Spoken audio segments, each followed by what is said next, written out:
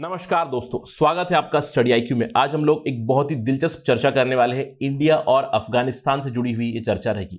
In fact आपको याद होगा, अगर आप कंटिन्यूसली स्टडी आईक्यू फॉलो कर रहे हैं, पिछले 6-7 महीनों से स्पेशली हम लोग जनवरी 2021 से अफगानिस्तान की जो हमारी फॉरेन पॉलिसी है, इंडियन फॉरेन पॉलिसी, उसको कंटिन्यूसली फॉलो करते हुए आ रहे हैं।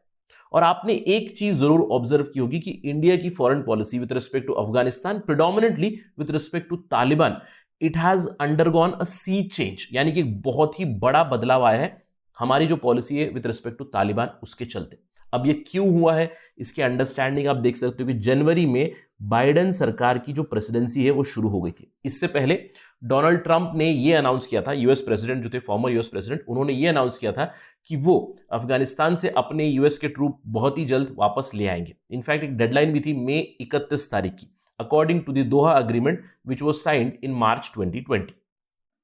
सबकी नजर जो बाइडेन के ऊपर थी, जो बाइडेन की फॉरेन पॉलिसी क्या होने वाली है अफगानिस्तान के साथ, इसके ऊपर पूरा विश्व एक नजर रखे हुए था। जैसे ही बाइडेन ने अनाउंस किया कि he is going to respect the Doha agreement, although जो मई 31 की डेडलाइन थी, उस डेडलाइन को एक्सटेंड करके सितंबर 11, 2021 पे बाइडेन ने कहा कि वो अपने यूएस के ट्रूप्स विड्रॉ करेंगे। राइट, यहां तक तो हम सब जानते हैं। लेकिन इस पर्टिकुलर अनाउंसमेंट के बाद ना सिर्फ इंडिया की पॉलिसी, लेकिन बहुत सारे दूसरे देशों की policy with respect to Afghanistan जरूर बदली है, क्योंकि अभी उन्हें फैक्टर इन करना पड़ेगा ऑफ दी तालिबान एंगल। और इंडिया में भी यही हुआ। हम लोगों ने कंटिन्यूसली यहाँ पे स्टडी आईक्यू पे इसको फॉलो किया है। आपने देखा होगा कि इंडिया हैज स्टार्टेड डिप्लोमेसी और India has started talks with Taliban. अब उसी के चलते एक रिसेंटली स्टेप आया है at United Nation Security Council. आप देख सकते हो खबर, India exempted Taliban leaders from travel ban. अब यहां पे हम लोग देखेंगे कि यूनाइटेड नेशन सिक्योरिटी काउंसिल में इंडिया का क्या रोल रहा है, और ये जो जेस्चर अभी इंडिया ने दिया है, जहां पे इंडिया ने एग्जेम्प्ट किया है कुछ तालिबान लीडर्स के ऊपर जो ट्रैवल बैन, जो सैंक्शन लगे थे, उसको टेम्पररीली, यानी कि 90 दिनों के लिए टेम्पररीली उसको हटा दिया गया है। These leaders can now travel freely. इसके ऊपर एक चर्चा चलेगी। तो चलिए शुरू करते हैं चर्चा। ये सब जानने के लिए मेरे साथ बने रहिए। मैं हूं आपका दोस्त राहुल सायगांवकर। अगर आप मुझे फॉलो करना चाहते हैं, you can follow me on these IDs. इसके अलावा अगर आप यूपीएससी सिविल सर्विसेज एग्जामिनेशन की तैयारी कर रहे हैं या फिर किसी भी स्टेट सर्विस एग्जामिनेशन की तैयारी कर रहे हैं, जस्ट गो टू studyIQ.com और download our app to know more about the programs that we are running. A lot of discounts are running till 16 July. चलिए, यूनाइटेड नेशन सिक्योरिटी काउंसिल की खबर पे आने से पहले मैं आपको एक छोटा सा बैकग्राउंड देता हूं। जैसे कि मैंने आपसे कहा कि बाइडेन ने डिसाइड किया था कि विड्रॉ करेंगे सितंबर 11 को, although I am quite sure कि viewers do know about this. Latest खबर हम लोगों ने ये भी चर्चा की थी कि 90% of the troops have been withdrawn already. जुलाई की ये खबर है, जुलाई में ऑलमोस्ट 90% विड्रॉल कंप्लीट हो चुका है यूनाइटेड स्टेट्स का फ्रॉम अफगानिस्तान। अब इसी के बाद हम लोगों ने ये भी खबरें देखी थी कि तालिबान ने अनाउंस किया कि 85% जो एरिया है, 85% डिस्ट्रिक्ट्स जो है अफगानिस्तान में, उनके ऊपर अभी कब्जा है तालिबान का। अब इन सब चीजों से क्या पता चल रहा है कि Taliban is there to stay, यानी कि तालिबान किसी भी सूरत में, एक ऑप्शन ये है, एक पॉसिबिलिटी ये है कि तालिबान पूरा ही पावर खुद ही कंट्रोल कर ले। अभी उन्होंने ये कहा है कि 85% एरिया हमारे पास है, आगे चल के काबुल के ऊपर भी कब्जा कर लेंगे तो पूरा अफगानिस्तान उनका हो जाएगा।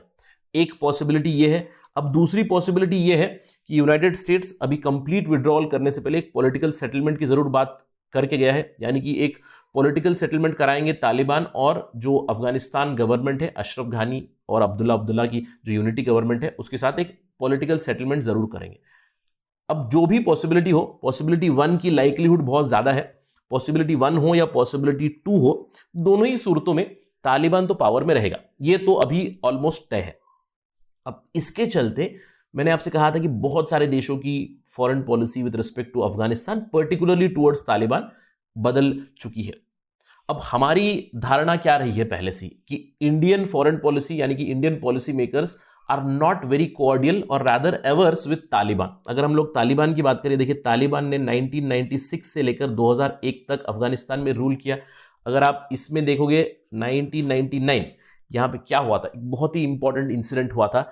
IC-814 की हाईजैकिंग हुई थी, जो इंडियन एयरलाइंस की फ्लाइट थी IC-814, इसको हाईजैक करके ले गया था, कहां पे ले जाया गया था, कहां पे, कंधार में at that time it was Taliban. तो तब से लेकर इंडिया और तालिबान की रिलेशंस जो है उतनी कोऑर्डियल नहीं है।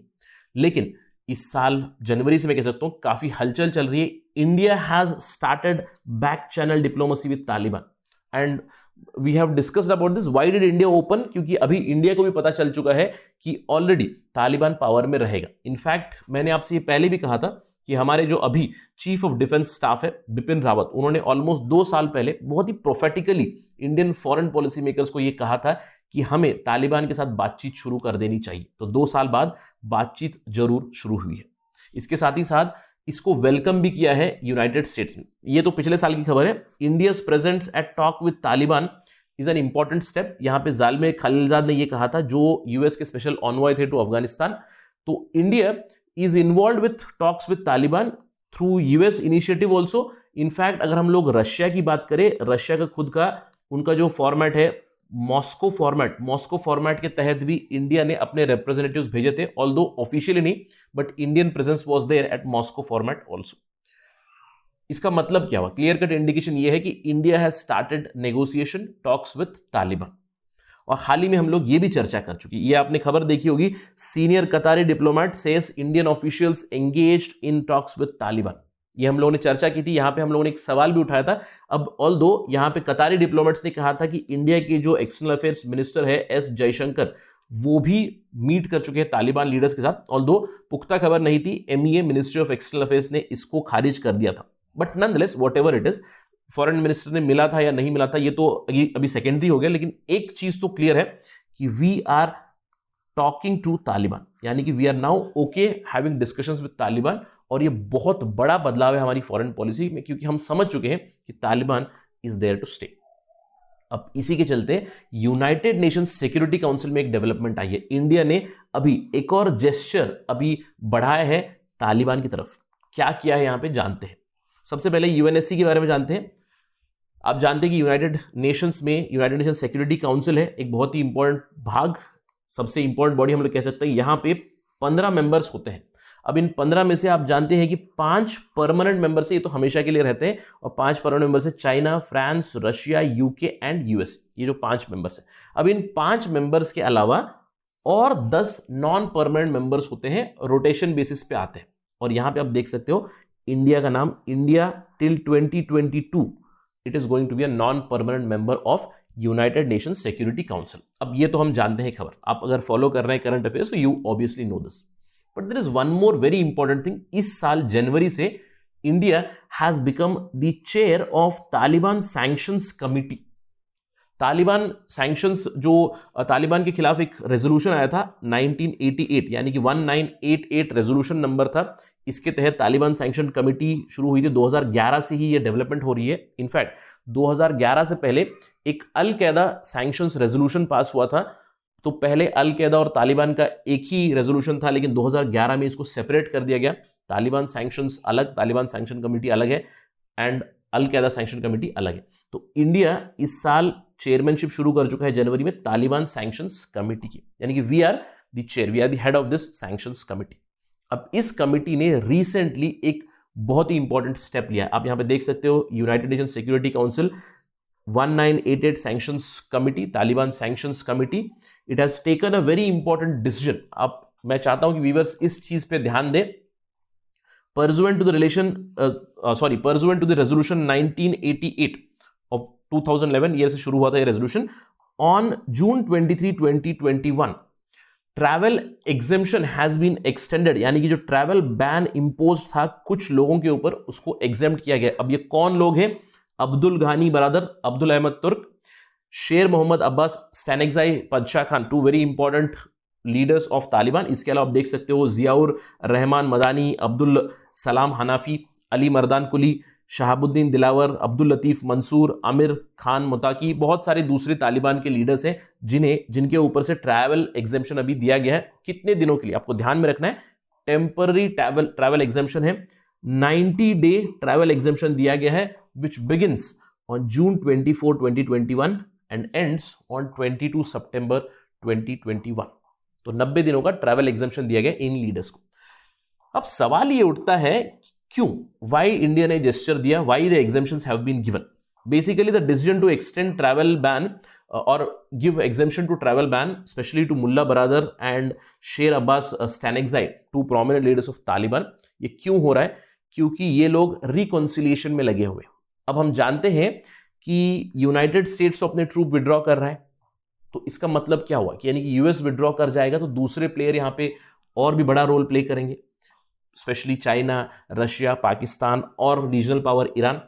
और Mullah Baradar and Sher Abbas Stanikzai, they have been continuously talking with these regional leaders. तो रशिया के साथ उनकी बातचीत चल रही है, चाइना के साथ चल रही है, पाकिस्तान के साथ, ईरान के साथ, इनके साथ चर्चा चल रही है। इसके चलते इंडिया ने ट्रैवल एग्जेम्पशन भी दिया है इन लीडर्स को। तो इंडिया डज अंडरस्टैंड दिस। एक तो तालिबान के लीडर्स को एग्जेम्पशन दी है, और दूसरी चीज इंडिया ने क्या की है कि जिस तरफ तालिबान लीडर्स के डिस्कशन चल रहे हैं जिन कंट्रीज के साथ, उनके साथ भी इंडिया काफी क्लोजली फॉलो कर रहा है। अगर हम लोग बात करें, देखिए आने वाले हफ्ते में external affairs minister S Jaishankar वो जाने वाले हैं दुशानबे, राइट।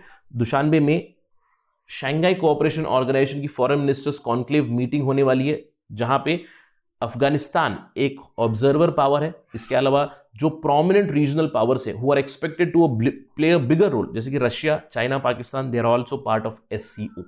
इसके अलावा इंडिया ने ईरान की तरफ भी एक इंडिकेशन जरूर दिया है। ऑलरेडी खबरें ये आ रही है कि इंडिया की तरफ से एक सीनियर कैबिनेट मिनिस्टर ईरान जाएंगे, Tehran, specially for the swearing in ceremony of the new presidential elect Ebrahim Raisi. अगस्त के पहले हफ्ते में प्रेसिडेंटशिप की शपथ लेने वाले हैं इब्राहिम रैसी। वहां पे ये खबरें आ रही है कि इंडिया की तरफ से एक senior minister, senior cabinet minister is going to visit. अब इन सब चीजों से क्या समझ में आ रहा है? What is the take out of this? What is the future that we can expect?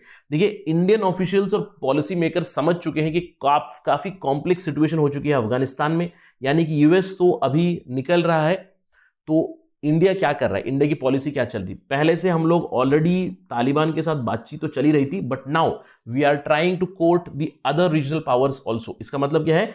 India is following the suit what the regional powers are doing.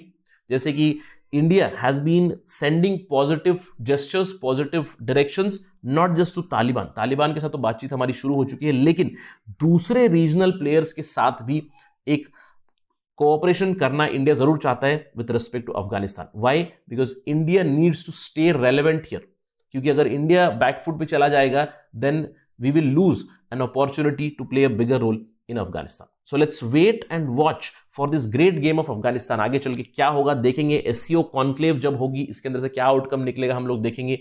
Iran क्या रोल प्ले करेगा अफगानिस्तान में आगे चल के, ये भी देखेंगे, क्योंकि सितंबर के बाद this entire geopolitical region, geostrategic region of Afghanistan, it is going to be very, very interesting. So stay tuned for all that on Study IQ. That's it from my side today. Thank you for watching. Jai Hind.